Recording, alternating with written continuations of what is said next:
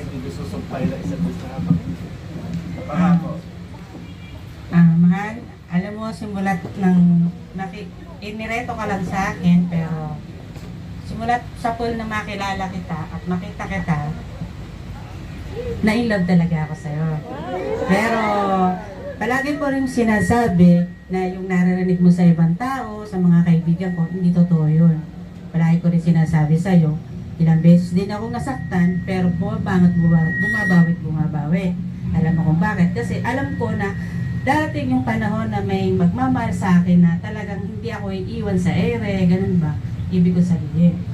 Basta lagi ko pinapangako sa'yo, lalo na sa mga anak mo, at sa namatay mong asawa, pinapangako na hindi kita sasaktan, sasamahan